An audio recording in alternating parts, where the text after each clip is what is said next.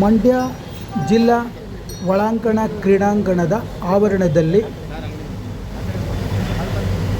60 ಲಕ್ಷ ವೆಚ್ಚದಲ್ಲಿ ಸುಸಜ್ಜಿತ ವಾಲಿಬಾಲ್ ಕ್ರೀಡಾಂಗಣ ನಿರ್ಮಾಣಕ್ಕೆ ಗುದ್ದಲಿ ಪೂಜೆ ನೆರವೇರಿಸಿದ ಶಾಸಕ ಪಿ ರವಿಕುಮಾರ್ ಗಣಿಗ.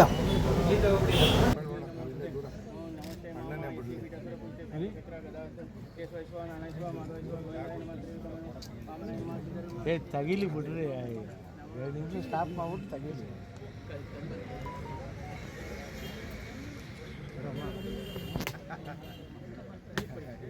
ನಿಶಾಂತ್ ಅವ್ರು ರೀಲ್ಸ್ ಮಾಡೋದು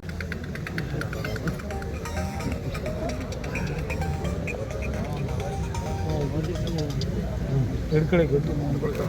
ತಟ್ಟೆ ಎತ್ಕೊಬಿಡಿ,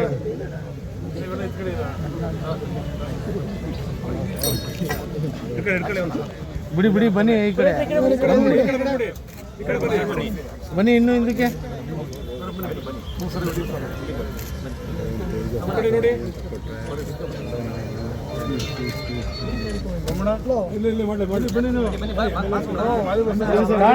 ಗುದ್ಲಿ ಆಗಿ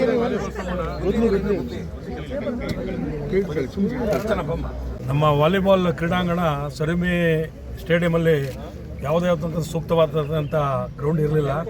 ಎಷ್ಟೋ ವರ್ಷಗಳ ನಂತರ ನಮ್ಮ MLA ಗಣಿಗ ಯುವ ನಾಯಕರು ಇವರ ಒಂದು ನೇತೃತ್ವದಲ್ಲಿ ನಮ್ಮ ಎಲ್ಲ ಕ್ರೀಡಾಪಟುಗಳಿಗೆ ಅನುಕೂಲ ಆಗೋ ರೀತಿಯಲ್ಲಿ ಒಂದು ಕ್ರೀಡಾಂಗಣ ನಿರ್ಮಿಸ್ತಾರೆ. ಅವರಿಗೆ ಇವತ್ತಿನ ದಿನ ನಾನು ಅಭಿನಂದಿಸ್ತಾ ಇದ್ದೀನಿ.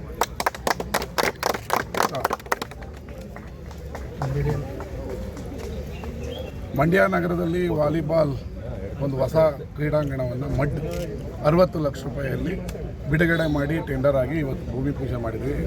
ಇನ್ನು 3 ತಿಂಗಳಲ್ಲಿ ಇದು ಆಟಗಾರರಿಗೆ ಆಡೋದಕ್ಕೆ ಸಿದ್ಧ ಆಗ್ತದೆ.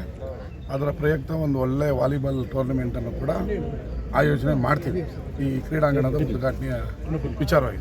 ಅದರ ಜೊತೆಗೆ 3.25 ಕೋಟಿ ರೂಪಾಯಿಯನ್ನು ಒಂದು ಇಂಟರ್ನ್ಯಾಷನಲ್ ಬ್ಯಾಸ್ಕೆಟ್ಬಾಲ್ ಕ್ರೀಡಾಂಗಣಕ್ಕೆ ನಾನು 10ನೇ ತಾರೀಕಿಗೆ 12 ನಮ್ಮ ಮಂತ್ರಿಗಳ ಟೈಮ್ ಕೇಳಿದ್ದೀವಿ. ಅದೊಂದು ಭಾಳ ದೊಡ್ಡ ಮಟ್ಟದಲ್ಲಿ ಭೂಮಿ ಪೂಜೆ ಮಾಡೋದಕ್ಕೆ ರೆಡಿ ಮಾಡಿದ್ದೀವಿ. ಬ್ಯಾಸ್ಕೆಟ್ಬಾಲ್ ಮತ್ತು ಇನ್ನು ಇತರ ಕ್ರೀಡೆಗಳನ್ನು ಅದರಲ್ಲಿ ಆಡ್ಬೋದು. ಅದರ ಜೊತೆಗೆ ಫೆಡ್ಲೈಟ್ ಹಾಕೋದಕ್ಕೆ ಸರ್ಕಾರಕ್ಕೆ 3 ಕೋಟಿಗೆ ಪ್ರಸ್ತಾವನೆ ಸಲ್ಲಿಸಿದ್ವಿ. ಅದು ಕೂಡ ರೆಡಿ ಆಗ್ತಾಯಿದೆ.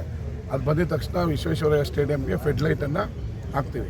ಮತ್ತು ನಮ್ಮ ವಿವಿ ಒಳಗಡೆ ಒಂದು ಸ್ಪೋರ್ಟ್ಸ್ ಕಾಂಪ್ಲೆಕ್ಸ್ ನಿಂತೋಗಿತ್ತು ಭಾಳ ವರ್ಷದಿಂದ. ಅದಕ್ಕೆ 2 ಕೋಟಿ ಬಿಡುಗಡೆ ಮಾಡಿ ಕೆಲಸ ನಡೀತಾ ಇದೆ ಆಲ್ರೆಡಿ. ಅದು ಕೂಡ ಇನ್ನೊಂದು 4 ತಿಂಗಳಲ್ಲಿ ಕ್ರೀಡಾಪಟುಗಳಿಗೆ ಇಂಡೋರ್ ಸ್ಟೇಡಿಯಂ ರೆಡಿ ಆಗುತ್ತೆ. ಮಂಡ್ಯ ನಗರದಲ್ಲಿ 10 ಕೋಟಿ ರೂಪಾಯಿಯನ್ನು ಇಲ್ಲಿವರೆಗೂ ವಿವಿಧ ಕ್ರೀಡೆಗಳಿಗೆ ಏನಂತಾರೆ ಇನ್ಫ್ರಾಸ್ಟ್ರಕ್ಚರ್ಗಳನ್ನು ಮಾಡೋದಕ್ಕೆ ಬಿಡುಗಡೆ ಮಾಡಿರೋದಕ್ಕೆ ನಮ್ಮ ಸರ್ಕಾರಕ್ಕೆ ಅಭಿನಂದನೆ ಸಲ್ಲಿಸ್ತೀವಿ. ಯುವಕರಿಗೆ ಕ್ರೀಡೆಗಳಿಗೆ ಇನ್ಫ್ರಾಸ್ಟ್ರಕ್ಚರ್ ಇಲ್ಲ ಅಂದರೆ ನಾವೇನು ಕೂಡ ಸಾಧನೆ ಮಾಡೋದಕ್ಕಾಗಲ್ಲ. ಅದರಿಂದ ಇಷ್ಟು ಮಾಡ್ತಾಯಿದ್ದೀವಿ.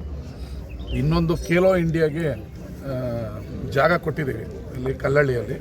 ನೋಡೋಣ, ಅದು ಕೇಂದ್ರ ಮಂತ್ರಿಗಳು ಮಾಡ್ತೀವಿ ಅಂತೇಳಿ ಈಸ್ಕೊಂಡು 1 ವರ್ಷ ಆಗಿದೆ. ಅವ್ರು ಮಾಡಿಲ್ಲ ಅಂದರೆ ಅದಕ್ಕೆ ನಾನೇ ಸರ್ಕಾರದಿಂದ ಹಣ ಬಿಡುಗಡೆ ಮಾಡೋಕ್ಕೆ ರೆಡಿ ಇದ್ದೀನಿ. ನಮ್ಮ ಹತ್ರ ಏನು ಹಣದ ಕೊರತೆ ಇಲ್ಲ. ಅವರು ಈಗ ಜಾಗ ಕೊಟ್ಟು ಮಾಡಿಲ್ಲ, ವಾಪಸ್ ಇಸ್ಕೊಂಡ್ಬಿಟ್ರು ಅನ್ನಬಾರ್ದು ಅನ್ನೋ ಕಾರಣಕ್ಕೆ 1 ವರ್ಷ ತಡೆದಿದ್ದೀನಿ ಖೇಲೋ ಇಂಡಿಯಾಗೆ ಜಾಗ ಕೊಟ್ಟು. ಅವರು ಇನ್ನೊಂದು 2 ತಿಂಗಳಲ್ಲಿ ಏನೋ ಕೆಲಸ ಸ್ಟಾರ್ಟ್ ಮಾಡಿಲ್ಲ ಅಂದರೆ ನಾನು ಸರ್ಕಾರದಿಂದ ದುಡ್ಡು ಹಾಕಿ ಕೆಲಸ ಸ್ಟಾರ್ಟ್ ಮಾಡ್ತೀನಿ. ಸರ್, ಈ ಜಾಗದ ಗೊಂದಲದ ಬಗ್ಗೆ ನೀವು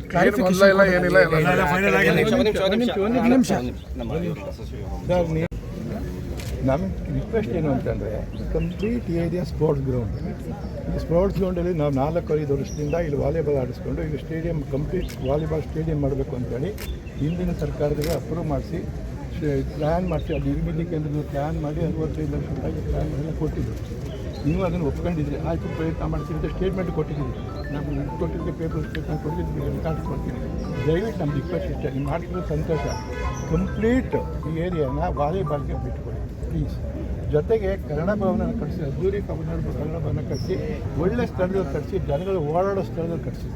ಮೂಲದ ಕನ್ನಡ ಭವನ ಕಟ್ಟಿಸ್ಬೇಡಿ. ಇದು ಪ್ರತಿ ಕನ್ನಡ. ಜೊತೆಗೆ ನನ್ನ ರಿಕ್ವೆಸ್ಟ್ ಏನು ಅಂದರೆ, ಮಂಡ್ಯ ಜಿಲ್ಲೆಯೊಳಗೆ ಅನೇಕ ಸಾಹಿತಿಗಳು ಬಂದೋಗಿದ್ದಾರೆ. ಅವ್ರದ್ದೆಲ್ಲ ಗೊತ್ತಾಗಬೇಕು, ಪ್ರಪಂಚಕ್ಕೆ ಗೊತ್ತಾಗಬೇಕು, ಇಂಡಿಯಾ ಗೊತ್ತಾಗಬೇಕು. ಯಾರೋ ಇದ್ದಾರೆ ಮಂಡ್ಯ ಜಿಲ್ಲೆಯೊಳಗೆ ಅದು ಉಳಿಸ್ಬೇಕು ಅಂತೇಳಿ ಆಯ್ತಾಯ್ತು. ಕರ್ನಾಟಕದ ಒಂದು ಪ್ರಧಾನ ಕಾರ್ಯದರ್ಶಿಗಳಾಗಿ ಇವತ್ತೊಂದು ಇವತ್ತೊಂದು ಕಾರ್ಯಕ್ರಮಕ್ಕೆ ಅಟೆಂಡ್ ಮಾಡಿದ್ದು ಭಾಳ ಖುಷಿ ಆಯಿತು. ನಾನು ಮೊದಲನೇದಾಗಿ ಶಾಸಕರಿಗೆ ಅಭಿನಂದನೆಗಳು ಹೇಳಕ್ಕೆ ಇಷ್ಟಪಡ್ತಾ ಇದ್ದೀನಿ. ಒಂದು ಕ್ರೀಡಾಪಟುಗಳಿಗೆ ಒಂದು ದೊಡ್ಡ ಮಟ್ಟದಲ್ಲಿ ಒಂದು ಒಂದು ಕ್ರೀಡಾ ಅಂಕಣಗಳನ್ನು ರೆಡಿ ಮಾಡೋಕ್ಕೆ ಇಷ್ಟೊಂದು ಮುತುವರ್ಜಿ ವಹಿಸಿದ್ದಾರೆ. ಮತ್ತು ಶಾಸಕರಲ್ಲಿ ಒಂದು ಎರಡೇ ಮನವಿ. ಸೊ ಇಷ್ಟೊಂದು ಒಳ್ಳೆಯ ಗ್ರೌಂಡ್ ಇದೆ ಇಲ್ಲಿ.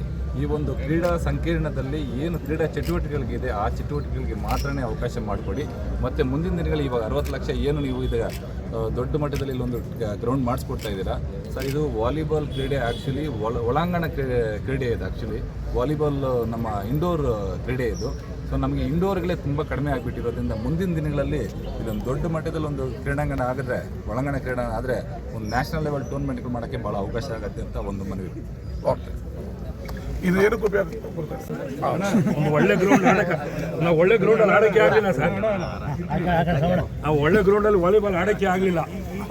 Thank you sir. ಇವ್ರ ಪರವಾಗಿ ಯಾರು ಕ್ರೀಡಾ ಪ್ರೇಮಿಗಳಿದ್ದಾರೆ, ಕ್ರೀಡಾಪಟುಗಳಿದ್ದಾರೆ, ನಿಮಗೆ ಧನ್ಯವಾದವನ್ನು ಸಲ್ಲಿಸೋಕ್ಕೆ ಇಷ್ಟಪಡ್ತೀನಿ. ಯಾಕಂತ ಹೇಳಿದ್ರೆ ಇವ್ರು ಹೇಳ್ದಂಗೆ ಇದುವರೆಗೂ ಆಗದೆ ಇರೋ ಕೆಲಸನ ತಾವು ಮನಸೋ ಇಚ್ಛೆಯಾಗಿ ಕ್ರೀಡೆಗೆ ಪ್ರೋತ್ಸಾಹನ ಇಷ್ಟು ಏನಿದೆ ಸರ್, ಮುಖ್ಯ ಇದು ಸ್ಟೇಡಿಯಂ ಏನಿದೆ ಸರ್, ಅದ್ರ ಒಳಗಡೆ ಟ್ರ್ಯಾಕು ಕೂಡ ಇದಾಗಿದೆ ಸರ್, ಅದು ಸರಿಯಾಗಿ ಪ್ರಾಪರಾಗಿ ಮಾಡಿಲ್ಲ. ಅದು ಒಂದು ಮಾಡ್ಬೇಕು ಸರ್. ಬೇರೆ ಕಲ್ಚಪ್ಪಿಗಳು ಕೂಡ ಎದ್ದೋಗ್ತಾ ಇದೆ, ಅದಕ್ಕೆಲ್ಲ ಒಂದು ವ್ಯವಸ್ಥೆ ಆಗಬೇಕು ಸರ್. ನಿಮ್ಮ ಸಹಕಾರ ಸದಾ ಹೀಗೆ ಇರಲಿ ಅಂತ ನಾನು ಕೇಳ್ತೀನಿ.